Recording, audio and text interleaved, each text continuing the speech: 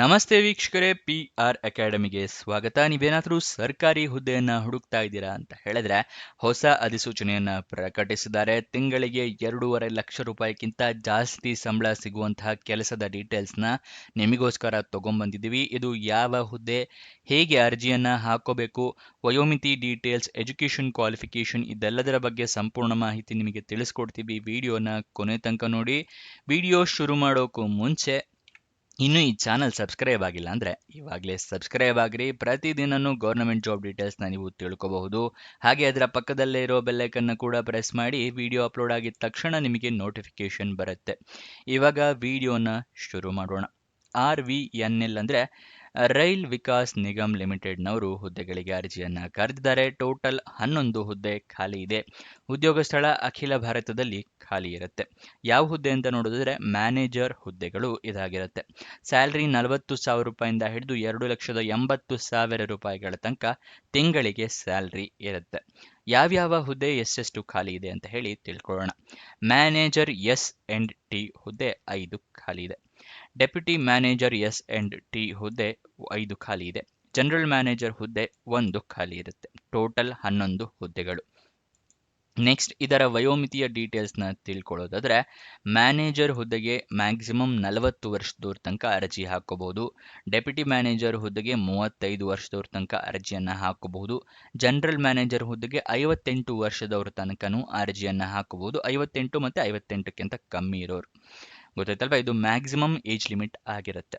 ವಯೋಮಿತಿಯ ಸಡಿಲಿಕೆಯನ್ನ ಅವರು ಕೊಟ್ಟಿರೋದಿಲ್ಲ, ಅಂದ್ರೆ age relaxation ಕೊಟ್ಟಿಲ್ಲ. ಅಪ್ಲಿಕೇಶನ್ ಫೀಸ್, ಅರ್ಜಿ ಶುಲ್ಕ ಎಷ್ಟಿದೆ ಅಂತ ಹೇಳಿ ತಿಳ್ಕೊಳ್ಳೋಣ. ಮ್ಯಾನೇಜರ್ ಮತ್ತು ಡೆಪ್ಯೂಟಿ ಮ್ಯಾನೇಜರ್ ಪೋಸ್ಟ್ಗೆ SC/ST ಕ್ಯಾಂಡಿಡೇಟ್ಸ್ ಆಗಿದ್ರೆ ಅಥವಾ EWS ಅಂದರೆ ಎಕನಾಮಿಕ್ ವೀಕರ್ ಸೆಕ್ಷನ್ ಕ್ಯಾಂಡಿಡೇಟ್ಸ್ ಆಗಿದ್ರೆ ಅಂಥವ್ರಿಗೆ ಅರ್ಜಿ ಶುಲ್ಕವನ್ನ ಇಟ್ಟಿರೋದಿಲ್ಲ. ಉಚಿತವಾಗಿ ಅರ್ಜಿಯನ್ನ ಹಾಕೋಬಹುದು. ಆದರೆ ನಿಮ್ಮ ಹತ್ರ ಪ್ರಮಾಣ ಪತ್ರಗಳಿರಬೇಕು. SC/ST ಕ್ಯಾಂಡಿಡೇಟ್ಸ್ ಆಗಿದ್ರೆ ಜಾತಿ ಪ್ರಮಾಣ ಪತ್ರ ಇರಬೇಕು. EWS ಕ್ಯಾಂಡಿಡೇಟ್ಸ್ ಆಗಿದ್ರೆ EWS ಸರ್ಟಿಫಿಕೇಟ್ ಇರಬೇಕಾಗುತ್ತೆ.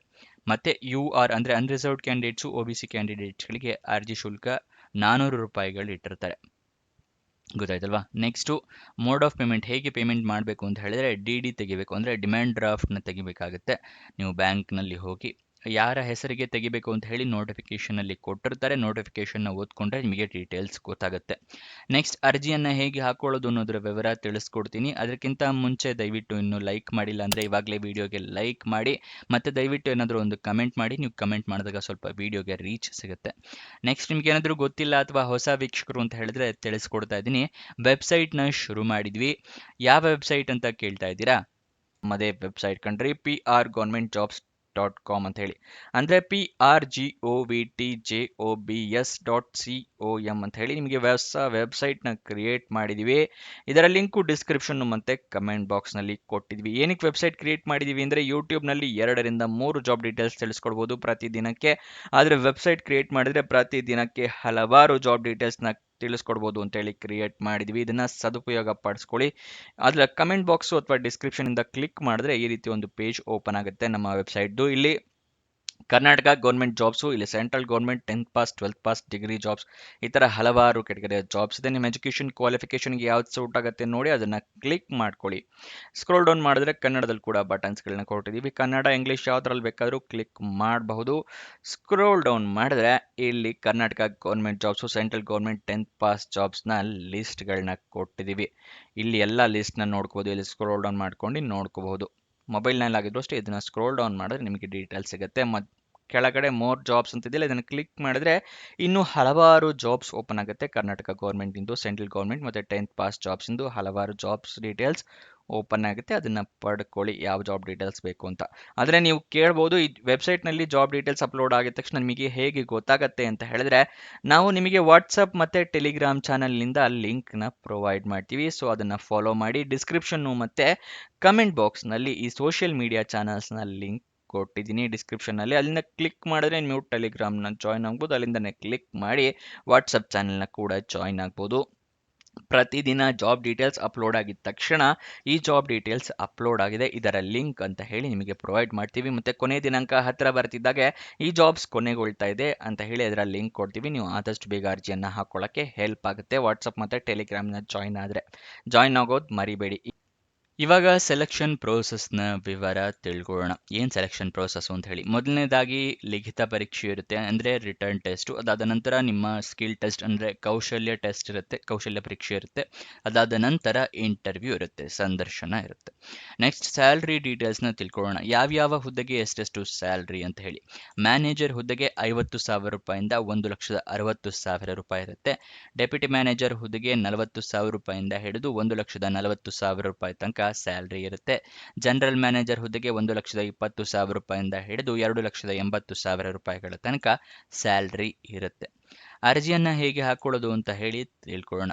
ಅರ್ಜಿಯನ್ನ ನೀವು ಇನ್ನು ಆಫ್ಲೈನ್ ಮುಖಾಂತರ ಹಾಕೋಬೇಕಾಗುತ್ತೆ. ಈ ಆಫ್ಲೈನ್ ಮುಖಾಂತರ ಅರ್ಜಿ ಹಾಕೋದಂದ್ರೆ ಏನು ಅಂತ ಹೇಳಿ ತಿಳಿಸ್ಕೊಡ್ತೀನಿ. ಒಂದು ಹುದ್ದೆಗೆ ಆ ಅರ್ಜಿಯನ್ನ ನೀವು ಇಮೇಲ್ ಮುಖಾಂತರ ಕಳಿಸ್ಕೊಡ್ಬೇಕು. ಇನ್ನೆರಡು ಹುದ್ದೆಗೆ ನೀವು ಅರ್ಜಿಯನ್ನು ಆಫ್ಲೈನ್ ಮುಖಾಂತರ ಹಾಕೋಬೇಕು. ಆಫ್ಲೈನ್ ಅಂತ ಹೇಳಿದ್ರೆ ನಿಮಗೆ ಒಂದು ಅಪ್ಲಿಕೇಶನ್ ಫಾರಮ್ ಸಿಗುತ್ತೆ, ಅದನ್ನು ಡೌನ್ಲೋಡ್ ಮಾಡ್ಕೋಬೇಕು. ಅದನ್ನು ಡೌನ್ಲೋಡ್ ಮಾಡ್ಕೊಂಡು ಪ್ರಿಂಟ್ಔಟ್ ತೊಗೊಂಡು ಅದನ್ನು ಫಿಲಪ್ ಮಾಡಿ ಅದರ ಜೊತೆಗೆ ನಿಮ್ಮ ಜೆರಾಕ್ಸ್ ಕಾಪಿ ಅಂದರೆ ಡಾಕ್ಯುಮೆಂಟ್ಸ್ನ ಜೆರಾಕ್ಸ್ ಕಾಪಿನ ಅಟ್ಯಾಚ್ ಮಾಡಿ ಒಂದು ಅಡ್ರೆಸ್ಗೆ ಕಳಿಸ್ಕೊಡ್ಬೇಕು. ಸ್ಪೀಡ್ ಪೋಸ್ಟ್ ಮುಖಾಂತರ ಕಳಿಸ್ಕೊಡ್ಬೋದು, ರಿಜಿಸ್ಟರ್ ಪೋಸ್ಟ್ ಮುಖಾಂತರ ಕಳಿಸ್ಕೊಡ್ಬೋದು, ಕೊರಿಯರ್ ಮುಖಾಂತರ ಕಳಿಸ್ಕೊಡ್ಬೋದು, ಅಥವಾ ಅಡ್ರೆಸ್ ಹತ್ತಿರ ಇದೆ ಅಂದರೆ ನೀವೇ ಖುದ್ದಾಗಿ ಹೋಗಿ ಕೂಡ ಕೊಡಬಹುದು. ಇದನ್ನ ಆಫ್ಲೈನ್ ಮುಖಾಂತರ ಅರ್ಜಿ ಹಾಕೋದು ಅಂತ ಹೇಳ್ತಾರೆ. ಗೊತ್ತಾಯ್ತಲ್ವಾ? ನೆಕ್ಸ್ಟ್ ಅರ್ಜಿ ಹಾಕೋಕ್ಕೂ ಮುಂಚೆ ನೋಟಿಫಿಕೇಶನ್ನ ಸಂಪೂರ್ಣವಾಗಿ ಓದ್ಕೊಳ್ಳಿ. ಏನೇನು ಎಲಿಜಿಬಿಲಿಟಿ ಕ್ರೈಟೀರಿಯಾ ಇದೆ ಅಂತ ತಿಳ್ಕೊಂಡ ನಂತರ ಅರ್ಜಿಯನ್ನು ಹಾಕ್ಕೊಳ್ಳಿ. ನೀವು ಯಾವ್ಯಾವ ಡಾಕ್ಯುಮೆಂಟ್ಸ್ನ ರೆಡಿ ಇಟ್ಕೋಬೇಕು ಅಂತ ಹೇಳ್ತಾ ಇದ್ದೀನಿ. ಮೊದಲನೇದಾಗಿ ನಿಮ್ಮ ರೆಸ್ಯೂಮೆ ರೆಡಿ ಇಟ್ಕೊಳ್ಳಿ, ನಿಮ್ಮ ಪಾಸ್ಪೋರ್ಟ್ ಸೈಜ್ ಫೋಟೋ, ನಿಮ್ಮ ID proof, Aadhaar card, voter ID ಅಥವಾ ಪಾನ್ ಕಾರ್ಡ್ ಯಾವುದಾದ್ರೂ ಒಂದನ್ನು ಇಟ್ಕೊಳ್ಳಿ. ಏಜ್ ಪ್ರೂಫ್ಗೆ SLC ಮಾರ್ಕ್ಸ್ ಕಾರ್ಡು ಅಥವಾ ಡೇಟ್ ಆಫ್ ಬರ್ತ್ ಸರ್ಟಿಫಿಕೇಟ್ನ ಇಟ್ಕೊಂಡಿರಿ. ಇದನ್ನೆಲ್ಲದನ್ನು ಪ್ರಿಂಟ್ಔಟ್ ತೊಗೊಂಡು ಇಟ್ಕೊಂಡಿರಿ ಮತ್ತು ಸ್ಕ್ಯಾನ್ ಕೂಡ ಮಾಡಿಟ್ಕೊಂಡ್ರಿ. ಒಂದು ಹುದ್ದೆಗೆ ಇಮೇಲ್ ಮುಖಾಂತರ ಕಳಿಸ್ಬೇಕು, ಅದಕ್ಕೋಸ್ಕರ. ಓಕೆನಾ? ನೆಕ್ಸ್ಟ್ ಇಮೇಲ್ ID, ಮೊಬೈಲ್ ನಂಬರ್ನ ನಿಮ್ಮ ಅಪ್ಲಿಕೇಶನಲ್ಲಿ ಕರೆಕ್ಟಾಗಿ ಮೆನ್ಷನ್ ಮಾಡಿ. ಇಲ್ಲ ಅಂತ ಹೇಳಿದ್ರೆ ನಿಮಗೆ ಜಾಬ್ ಸಿಕ್ಕರೂ ಕೂಡ ಗೊತ್ತಾಗೋದಿಲ್ಲ. ಇಲ್ಲಿ ಜನರಲ್ ಮ್ಯಾನೇಜರ್ ಹುದ್ದೆಗೆ ಇಮೇಲ್ ಮುಖಾಂತರ ಕಳಿಸ್ಕೊಡ್ಬೇಕಾಗತ್ತೆ ನಿಮ್ಮ ಅಪ್ಲಿಕೇಶನ್ನ. ಅದನ್ನು ಕೂಡ ತಿಳಿಸ್ಕೊಡ್ತಾ ಇದ್ದೀನಿ ಯಾವ ಇಮೇಲ್ ID ಅಂತ ಹೇಳಿ.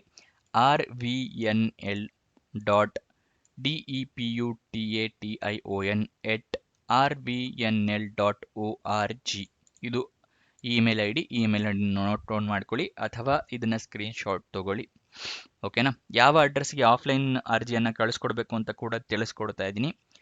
Dispatch section, ground floor, August Kranti Bhavan, Bhikaji Cama place, RK Puram, New Delhi 110066. ಈ ಅಡ್ರೆಸ್ಗೆ ನೀವು ಆಫ್ಲೈನ್ ಮುಖಾಂತರ ಅರ್ಜಿಯನ್ನು ಹಾಕೋಬೇಕಾಗುತ್ತೆ. ಇದನ್ನು ಸ್ಕ್ರೀನ್ಶಾಟ್ ಬೇಕಾದರೆ ತಗೊಳ್ಳಿ. ಅಪ್ಲಿಕೇಶನ್ ಓಪನ್ ಆಗಿದ್ದು 6 ಅಕ್ಟೋಬರಿಗೆ, ಕೊನೆಯ ದಿನಾಂಕ ಇರೋದು 12 ನವೆಂಬರಿಗೆ. ಯಾವ್ಯಾವ ಹುದ್ದೆ ಆಫ್ಲೈನು, ಯಾವ್ಯಾವ ಹುದ್ದೆ ಇಮೇಲು ಅಂತ ಹೇಳಿ ತಿಳಿಸ್ಕೊಡ್ತಾ ಇದ್ದೀನಿ. ಮ್ಯಾನೇಜರ್ ಮತ್ತು ಡೆಪ್ಯೂಟಿ ಮ್ಯಾನೇಜರ್ ಹುದ್ದೆಗೆ ಆಫ್ಲೈನ್ ಮುಖಾಂತರ ಕಳಿಸ್ಕೊಡ್ಬೇಕು, 12 ನವೆಂಬರ್ ಕೊನೆಯ ದಿನಾಂಕ. ಜನರಲ್ ಮ್ಯಾನೇಜರ್ ಹುದ್ದೆಗೆ 5 ನವೆಂಬರ್ ಕೊನೆಯ ದಿನಾಂಕ ಆಗಿರುತ್ತೆ. ಇಮೇಲ್ ಮುಖಾಂತರ ಕಳಿಸ್ಕೊಡ್ಬೇಕಾಗತ್ತೆ. ಗೊತ್ತಾಯ್ತಲ್ವಾ? ನೆಕ್ಸ್ಟ್ ಇವಾಗ official notification application form download ಮಾಡೋದು ತಿಳಿಸ್ಕೊಡ್ತಾ ಇದ್ದೀನಿ. ಮ್ಯಾನೇಜರ್ ಮತ್ತು ಡೆಪ್ಯೂಟಿ ಮ್ಯಾನೇಜರ್ ಹುದ್ದೆಗೆ ಬೇರೆ ನೋಟಿಫಿಕೇಷನ್ನು ಅಪ್ಲಿಕೇಶನ್ ಇದೆ, ಮತ್ತು ಜನರಲ್ ಮ್ಯಾನೇಜರ್ ಹುದ್ದೆಗೆ ಬೇರೆ ನೋಟಿಫಿಕೇಶನ್ ಅಪ್ಲಿಕೇಶನ್ ಫಾರಮ್ ಇದೆ. ಎರಡನ್ನೂ ಕೂಡ ತಿಳಿಸ್ಕೊಡ್ತೀನಿ. ಇಲ್ಲಿ ನೀವು ಡಿಸ್ಕ್ರಿಪ್ಷನಲ್ಲಿ ಮತ್ತು ಕಮೆಂಟ್ ಬಾಕ್ಸ್ನಲ್ಲಿ ಎರಡನೇ ಲಿಂಕನ್ನು ಕ್ಲಿಕ್ ಮಾಡಿದ್ರೆ ಈ Rail Vikas Nigam Limited job details open ಆಗುತ್ತೆ. ಇಲ್ಲಿ ಸ್ಕ್ರೋಲ್ ಡೌನ್ ಮಾಡಿ ಫುಲ್ ಕೆಳಗಡೆ ಬನ್ನಿ. Official notification application form manager deputy manager ಅಂತಿದೆಯಲ್ಲ, ಅದರ ಪಕ್ಕದಲ್ಲೇ ಕ್ಲಿಕ್ ಹಿಯರ್ ಅನ್ನೋದನ್ನು ಕ್ಲಿಕ್ ಮಾಡಿ. ನಿಮಗೆ ಮ್ಯಾನೇಜರ್ ಮತ್ತು ಡೆಪ್ಯೂಟಿ ಮ್ಯಾನೇಜರ್ನ ಜಾಬ್ ಡೀಟೇಲ್ಸ್ ಓಪನ್ ಆಗುತ್ತೆ. ಇಲ್ಲಿ ಎಲ್ಲ ಜಾಬ್ ಡೀಟೇಲ್ಸ್ನ ಓದ್ಕೋಬೋದು ಸಂಪೂರ್ಣವಾಗಿ. ಹಾಗೆ ಅದರ ಕೆಳಗಡೆ ಹೋದರೆ ನಿಮಗೆ ಅಪ್ಲಿಕೇಶನ್ ಫಾರಮ್ ಕೂಡ ಸಿಗುತ್ತೆ. ನಿಮ್ಮ ಪಾಸ್ಪೋರ್ಟ್ ಸೈಜ್ ಫೋಟೋ ಇಲ್ಲಿನ ಅಂಟಿಸಿ ಇಲ್ಲಿ ಎಲ್ಲ ಡೀಟೇಲ್ಸ್ನ ಫಿಲಪ್ ಮಾಡಿ ಕೆಳಗಡೆ ನಿಮ್ಮ ಸಿಗ್ನೇಚರು ಮೆನ್ಷನ್ ಅಂದರೆ ಸಿಗ್ನೇಚರ್ನ ಹಾಕಿ ಅಡ್ರೆಸ್ಸಿಗೆ ಕಳಿಸ್ಕೊಡಿ. ಗೊತ್ತಾಯ್ತಲ್ವಾ? ನೆಕ್ಸ್ಟ್ ಇನ್ನೊಂದು ಜನರಲ್ ಮ್ಯಾನೇಜರ್ ಹುದ್ದೆಗೆ ನೋಟಿಫಿಕೇಶನ್ ಇಲ್ಲಿ ಇದೆಯಲ್ಲ, ಇದನ್ನು ಕ್ಲಿಕ್ ಹೇರ್ ಅನ್ನೋದನ್ನು ಕ್ಲಿಕ್ ಮಾಡಿ ಅದರ ನೋಟಿಫಿಕೇಶನ್ ಓಪನ್ ಆಗುತ್ತೆ. ಇಲ್ಲಿ ಎಲ್ಲ ಜಾಬ್ ಡೀಟೇಲ್ಸ್ನ ತಿಳ್ಕೊಬಹುದು. ತಿಳ್ಕೊಂಡ ನಂತರ ಇಲ್ಲಿ ನಿಮ್ಮ ಅಪ್ಲಿಕೇಶನ್ ಫಾರಮ್ ಸಿಗುತ್ತೆ. ಇಲ್ಲಿ ನಿಮ್ಮ ಪಾಸ್ಪೋರ್ಟ್ ಸೈಜ್ ಫೋಟೋ ಇದೆಲ್ಲ ಡೀಟೇಲ್ಸ್ನ ಫಿಲಪ್ ಮಾಡಿ ನಿಮ್ಮ ಸಿಗ್ನೇಚರು, ಡೇಟು, ಪ್ಲೇಸು ಹಾಕಿ ಇದನ್ನು ಇಮೇಲ್ ID ಮುಖಾಂತರ ಕಳಿಸ್ಕೊಡ್ಬೇಕಾಗತ್ತೆ. ಈ ಅಪ್ಲಿಕೇಶನ್ ಮಾತ್ರ ಕಳಿಸ್ಕೊಡಿ, ನೋಟಿಫಿಕೇಶನ್ನ ಕಳಿಸೋ ಅಗತ್ಯ ಇರೋದಿಲ್ಲ.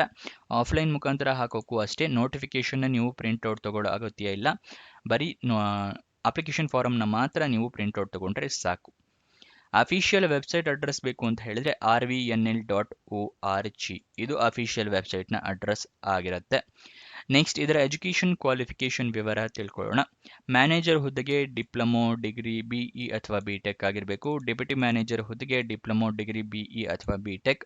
ಜನರಲ್ ಮ್ಯಾನೇಜರ್ ಹುದ್ದೆಗೆ ಅವರು ಎಜುಕೇಷನ್ ಕ್ವಾಲಿಫಿಕೇಷನ್ನ ಕೊಟ್ಟಿರೋದಿಲ್ಲ. ನೀವು ಒಂದ್ಸಲ ನೋಟಿಫಿಕೇಷನ್ನ ಓದ್ಕೊಳ್ಳಿ, ನಿಮಗೂ ಕೂಡ ಗೊತ್ತಾಗುತ್ತೆ. ಇದಿಷ್ಟು ಈ ಜಾಬ್ನ ವಿವರ. ನಿಮಗೆ ಏನೇ ಡೌಟ್ಸ್ ಅಥವಾ ಕ್ವಶನ್ಸ್ ಇದ್ರೂ ಕಮೆಂಟ್ ಬಾಕ್ಸ್ನಲ್ಲಿ ಕಮೆಂಟ್ ಮಾಡಿ, ನಾವು ಉತ್ತರ ಕೊಡೋದಕ್ಕೆ ಪ್ರಯತ್ನ ಮಾಡ್ತೀವಿ.